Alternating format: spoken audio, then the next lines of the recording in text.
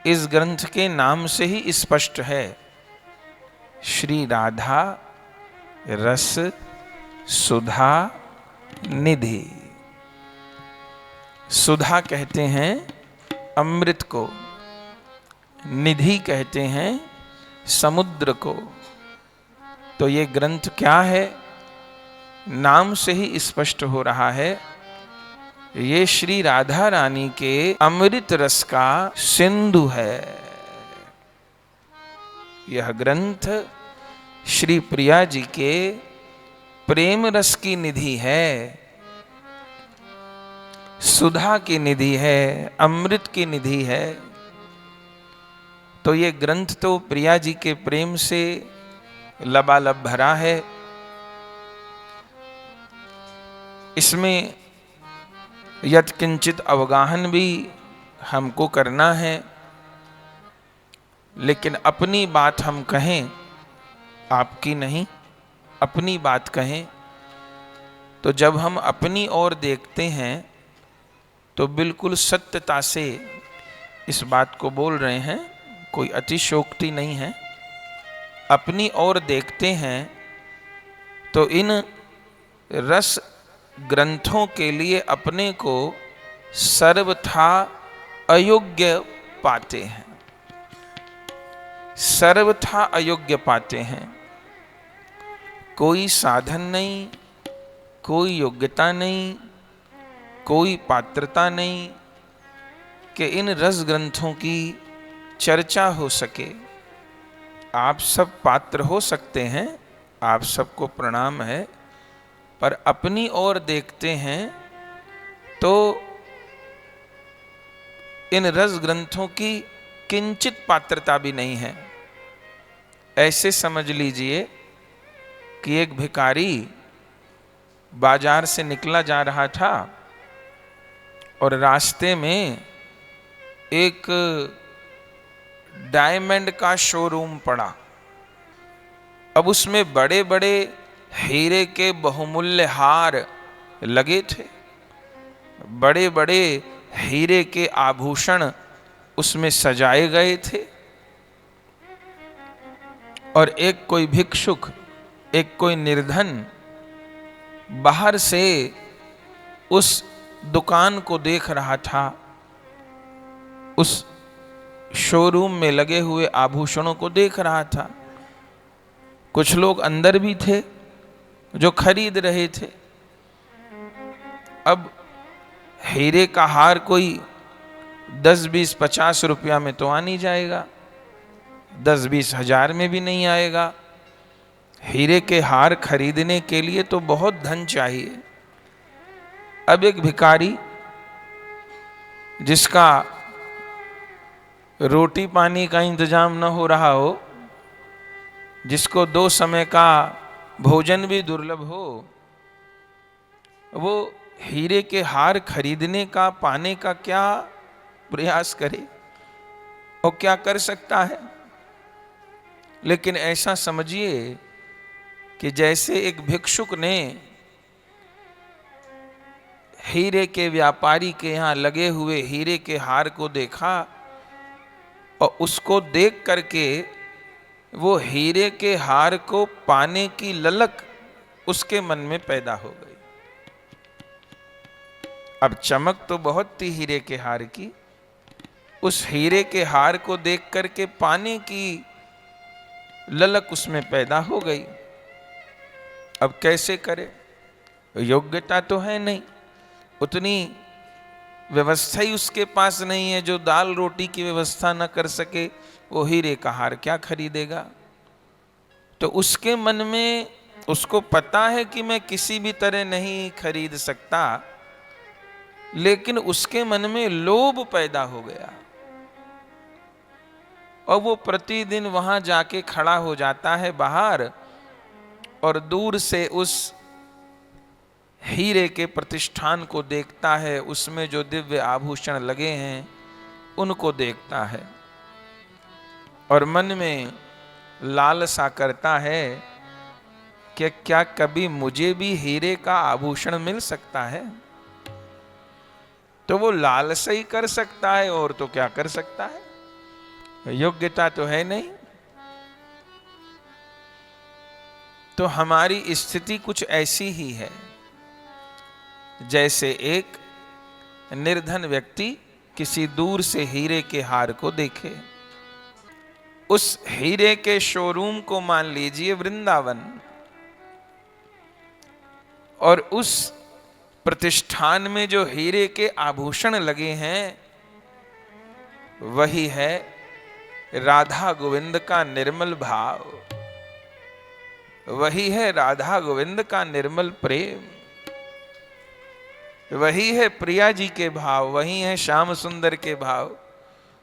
और उनसे जो व्यवहार कर रहे हैं, उनका जो वितरण कर रहे हैं, वे जो कर्मचारी हैं शोरूम के, वे कौन हैं?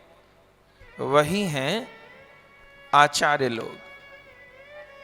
वृंदावन मकरंद भ्रमर करत गुंजा,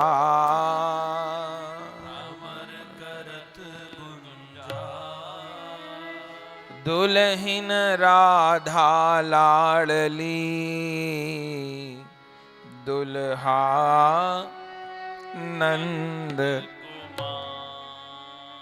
यह वृंदावन रस का सिंधु है, ये हीरे की खान है। और गहना कौन है उस खान के?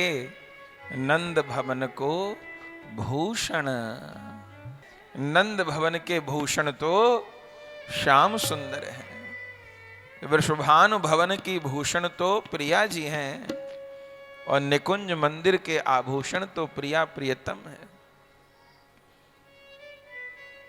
तो हमारी एक निर्धन व्यक्ति की जैसी स्थिति है, पर हीरे के हार को देख करके लोभ मन में पैदा हो गया। और कौन हो जिसके मन में लोभ पैदा न हो? तो लोभ पैदा हो गया। योग्यता है नहीं, पात्रता है नहीं, ग्रहण करने की क्षमता है नहीं। तो कह रहे थे संसार में तो उस हीरे के व्यापारी का इतना बड़ा दिल हो कि किसी सड़क चलते भिखारी को हीरे का हार दे दे, सुना नहीं गया। लेकिन इस वृंदावन के जो स्वामी हैं वो बहुत दयालु हैं। उनका हृदय तो बहुत बड़ा है, बहुत बड़ा, बहुत। उनकी उदारता न पूछिए, उनका हृदय तो इतना बड़ा है कि न पूछिए। उनके हृदय का बड़प्पन, उनकी करुणा, क्या कहना। तो प्रिया प्रियतम का हृदय बहुत बड़ा है।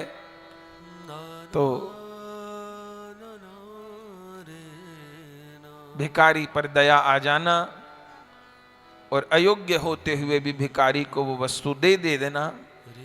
भले भिखारी उसका मूल्य समझ पाए न समझ पाए, तो कुछ ऐसी स्थिति ही हमारी है।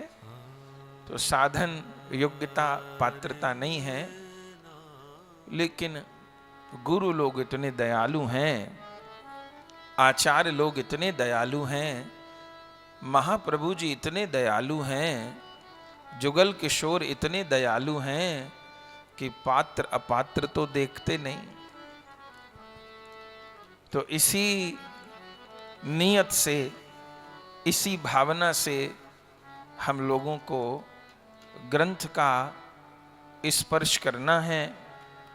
पात्रता तो नहीं हो सकती, क्योंकि इस राधा रस सुधा निधि को वास्तव में ग्रहण करने के पात्र तो श्याम सुंदर ही हैं।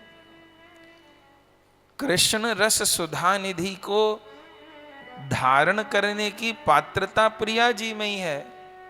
ये ग्रंथ तो राधा रस सुधा निधि है, प्रिया जी के प्रेम रस अमृत की ये निधि है। सुधा माने अमृत, निधि माने समुद्र। तो श्याम सुंदर इस रस सुधा निधि में अवगाहन करते हैं। अब हम लोग की क्या पात्रता, हम लोग की क्या योग्यता? इस निधि में तो श्याम सुंदर, लेकिन स्थिति कैसी है आप जानते हैं? स्थिति ऐसी है कि कहो भी नहीं जाए और कहे बिन रहो भी नहीं जाए। स्थिति कैसी है? कहो भी नहीं जाए पर कहे बिन रहो भी नहीं जाए। तो कोई कहे कि इन रस ग्रंथों की चर्चा करने का किसी को अधिकार ही नहीं है, तो ऐसा भी नहीं कह सकते। क्यों? यदि कोई भी पात्र न होता तो ये रस ग्रंथ प्रकट क्यों होते? जैसे भागवत जी में रास पंचाध्यायी का वर्णन है, आप सब जानते हैं। उन 5 अध्यायों को भागवत जी का प्राण कहा जाता है। रास पंचाध्यायी को भागवत जी का प्राण कहा जाता है, पंचाध्यायी को। और उसमें जबकि भागवत जी हैं, पर रास पंचाध्यायी में ही इतनी गहरी लीलाओं का वर्णन है कि हम आप तो कौन, परीक्षित जी जैसे महापुरुष भी प्रश्न कर बैठे सुखदेव जी से कि ऐसा क्यों और ऐसा क्यों और ऐसा क्यों। हम आप तो किस गिनती में हैं जब राज ऋषि परीक्षित जी पूछ बैठे कि ऐसा क्यों हुआ और ऐसा क्यों हुआ, ऐसा क्यों हुआ। तो सुखदेव जी फिर समाधान किए। लेकिन कोई ये कहे कि इतनी रसमयी लीलाएं ये काम क्रोध में भरे हुए जीव सुनने के अधिकारी नहीं है, ये सिद्धांत कोई कह सकता है। लेकिन भागवत जी में इसका उत्तर है। आपको यदि रास पंचाध्यायी का अंतिम श्लोक स्मरण में हो तो अंतिम श्लोक रास पंचाध्यायी का क्या है? सुखदेव भगवान कौन श्लोक को कह के रास पंचाध्यायी का विश्राम किए? वह श्लोक है, विक्रीडितं ब्रजवधू धीरिदं च विष्णु श्रद्धान्वितोऽनुशृणुयादत वर्णयेद्य भक्ति परां भगवती प्रतिलभ्य कामं हृदोगमाश्वपहिनोत्य चीरेण धीरा।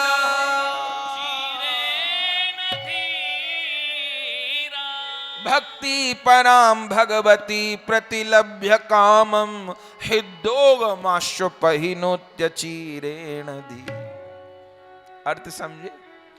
सुखदेव भगवान कहते हैं, विक्रीडितम ब्रजवधू, ब्रजवधुओं के साथ में श्याम सुंदर की इन रसमयी लीलाओं को जो श्रद्धा पूर्वक गाएंगे सुनेंगे, उन्हें क्या मिलेगा? उन्हें प्रेमा भक्ति मिलेगी। यहां तक भी ठीक है, परा भक्ति प्रतिलभ्य कामम। पर जो आखिरी चरण है, हृद्रोगमाश्वपहिनोत्त चीरेण धीरा, जो प्रिया प्रियतम की रसमयी लीलाओं को गाएंगे सुनेंगे, उनको प्रिया प्रियतम की परा भक्ति मिलेगी। यहां तक भी ठीक है, पर हृदोगमाश्वपहिनोत्त चीरेण धीरा, उनके हृदय का काम रोग नष्ट हो जाएगा। उनके हृदय की वासना नष्ट हो जाएगी। उनके हृदय के विकार नष्ट हो जाएंगे। अच्छा, जब डॉक्टर ये कहे कि ये दवाई खाने से ये रोग दूर होगा, तो एक बात स्पष्ट हो गई कि दवा रोगियों के लिए है। स्वस्थ व्यक्ति दवा का क्या करेगा? ये दवा खाने से बुखार दूर होता है, तो ये दवा जिसको बुखार है उसी को चाहिए। जिसे बुखार नहीं है तो हाँ, ये दवा खाने से बुखार भी दूर होता है और शरीर स्वस्थ रहता है, शरीर बलवान बनता है। तो बलवान भी खा ले तो उसको भी लाभ होगा, बल की प्राप्ति होगी। लेकिन मुख्य तो उस दवा का उपयोग रोगी के लिए है। तो ऐसे रास पंचाध्यायी ये फलश्रुति ही बताती है कि कोई कहे कि मेरे अंदर तो काम है, मेरे अंदर तो क्रोध है, मेरे अंदर तो लोभ है, मेरे अंदर तो मोह है, मेरे अंदर तो अहंकार है, तो मैं इस रास पंचाध्यायी का अधिकारी नहीं हूं। यह श्लोक इस बात का समाधान कर देता है, क्योंकि फलश्रुति ही सुखदेव जी ने कही है, हृदोगमाश्वपहिनोत्त चीरेण, हृदय के रोग दूर होते हैं, माने काम क्रोध लोभ मोह अहंकार की निवृत्ति होती है। तो वो सब हमारे भीतर हैं। तो प्रिया प्रेतम की लीला को श्रवण करने से ये विकार दूर होते हैं। और जब विकार दूर हो जाते हैं, बोले एक व्यक्ति साल भर से बीमार था, तरह तरह के शरीर में रोग थे, कोई पचता नहीं था, लिवर काम नहीं करता था, किडनी काम नहीं करती थी, सब अंग कमजोर थे। तो उस व्यक्ति का इलाज चला 1 साल तक। तो पहले जो इलाज चला वो उस व्यक्ति में क्या परिवर्तन लाएगा? पहले जो औषधि चली, उस औषधि ने उस रोगी के रोग दूर किए, अभी तंदुरुस्ती नहीं दी। पर कोई कहे कि बताइए क्या हुआ जी, 6 महीना से दवा खा रहे हैं, बस लीवर में इतना सुधार है। अरे सुधार है तो बहुत बड़ी बात है। तो तंदुरुस्त होने का पहला चरण क्या है कि पहले तो शरीर के रोग दूर होंगे ना, और जब सारे रोग दूर हो जाएंगे तब स्वास्थ्य लाभ होगा, तब तंदुरुस्ती मिलेगी। ऐसे हम जो प्रिया प्रियतम का अयोग्य होते हुए यशगान करेंगे, हो सकता है हमको पूर्ण रस का आस्वादन न हो, चूंकि मलिन चित्त है। पर ये प्रिया प्रियतम का जस पहले हमारे विकारों को दूर करेगा, हमारे चित्त की मलिनता को दूर करेगा, और फिर ये रस हमको पुष्ट भी कर देगा। फिर ये रस हमको उस प्रेम सिंधु में डुबा भी देगा। क्या कहना। तो ये राधा रस सुधा निधि तो प्रिया जी के प्रेम का अमृत है। ये बात बिल्कुल ठीक है कि हम लोग पात्र नहीं हैं, लेकिन अगर कोई पूछे कि इस ग्रंथ को कहने सुनने की एकदम मिनिमम, एकदम न्यूनतम पात्रता क्या हो सकती है, तो केवल एक बात कहनी होगी कि भले ग्रहण कौन कितना कर पाए समझ नहीं, पर कम से कम श्रवण करके मन में संशय ना आवे, बस संशय ना आवे। माने भिखारी को दयालु किसी हीरे के व्यापारी ने हीरे का हार दे दिया, पर वो भिखारी कम से कम ये न समझे कि मुझे कांच दे दिया, वो हीरा है। वो हीरा उसके जन्म जन्म के दारिद्र दूर कर देगा। अब उस निर्धन को यही नहीं पता कि हीरा क्या होता है, और वो ये कहे कि मुझे तो भूख लग रही थी, कोई दाल रोटी दे देता, 4 रोटी और दाल दे देता, मेरा तो काम बन जाता। अब उसको कौन कहे कि ये हीरे का हार एक समय की दाल रोटी नहीं है, जिंदगी भर की दाल रोटी की व्यवस्था कर देगा। ये हीरे का हार घर की भी व्यवस्था कर देगा, मोटर गाड़ी की व्यवस्था कर देगा, दाल रोटी को छोड़। पर सोच कई बार नहीं बढ़ पाती। और वो सोच क्यों नहीं बढ़ पाती? क्योंकि वो निर्धन व्यक्ति उस हीरे के हार का मूल्य नहीं जान पा रहा। अगर वो मूल्य जान लेगा तो उसका सारा दारिद्र भी दूर हो जाएगा, वो धनवान भी हो जाएगा। और वो ये भी हो सकता है कि एक हीरे के हार से व्यापार करके कभी बहुत सारे हीरों का स्वामी भी बन जाए।